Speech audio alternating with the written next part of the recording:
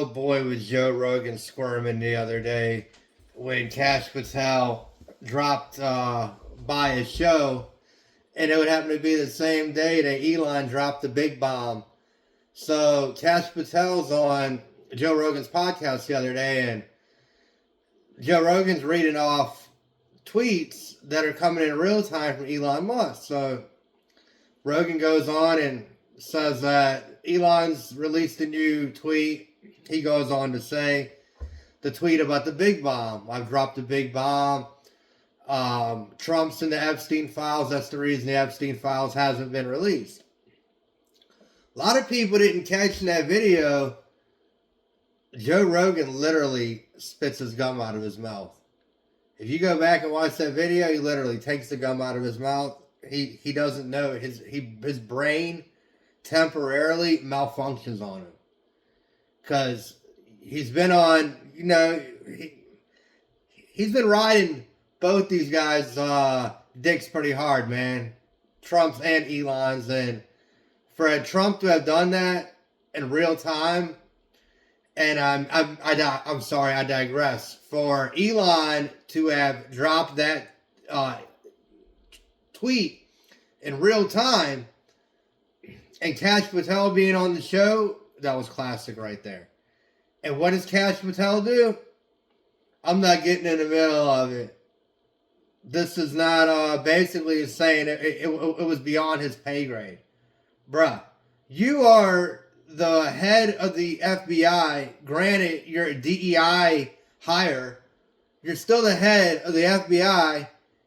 And you go on to say that these couple things that are contradictory. First, you go on and say, oh, I'm going to release everything. I want to be transparent. And then you turn around and say, but I don't want to bring more grief on to the victims. If you believe that bullshit, then you're literally sending money like Benny Hinn or Joel Osteen on a frickly weekly basis and buying all their bullshit.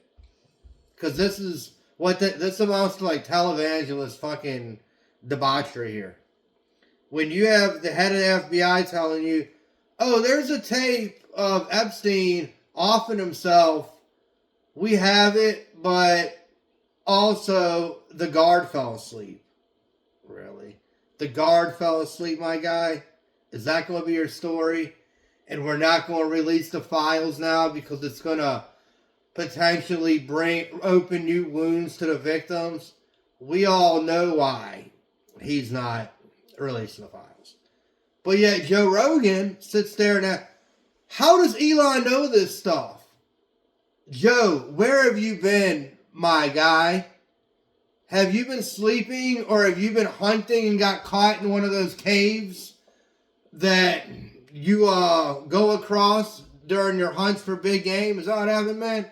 And you suddenly have arisen out of the cave like Jesus himself, and you're like, how does Elon know this? There's only mounds of evidence. I don't know how many hours and witnesses and testimony about this matter. Not to mention, Jeffrey Epstein told a reporter, and it's on audio, he was best friends with Donald Trump for 10 years. And that's not it. Jeffrey Epstein in 2015 knew everybody's role, like I've said, in the Trump administration. He knew who was expendable. He knew who was going to be around. And he knew the chain of command in that administration before he ever formed a cabinet. Now, I would say if somebody knows all that, they're probably pretty good friends with you. And for Joe Rogan to sit here and act like, oh, I don't know nothing about this. How can Elon know anything about this? Bro, everybody, for the most part, with over a room temperature IQ, can put the pieces together, man. And that's a big difference between Republicans and Democrats that I've noticed. Democrats, they'll be like, hey, if Bill Clinton's on there, if whoever, Bill Gates or whoever is Democrat, lock them up, throw them in jail.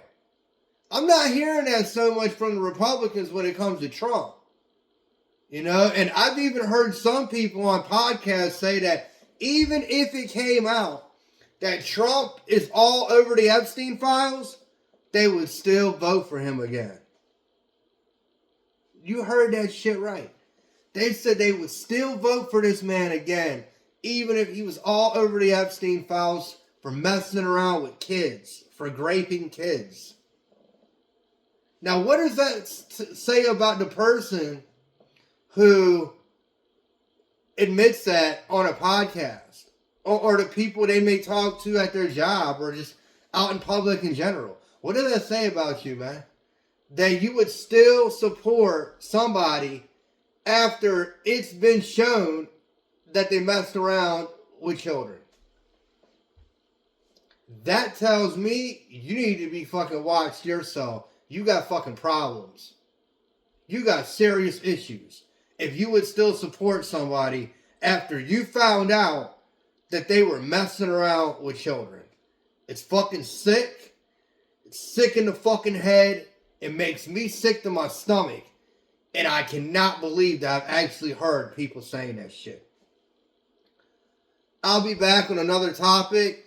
I'm coming back with the LA, the whole thing going on in LA. My thoughts on that whole situation going on over there. The whole beef with Trump and Newsom. That's coming up very shortly. Guys, please like, share, and subscribe.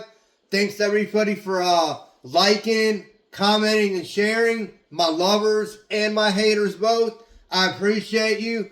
Have a great Monday. And I'll talk to you soon. Take care of yourselves.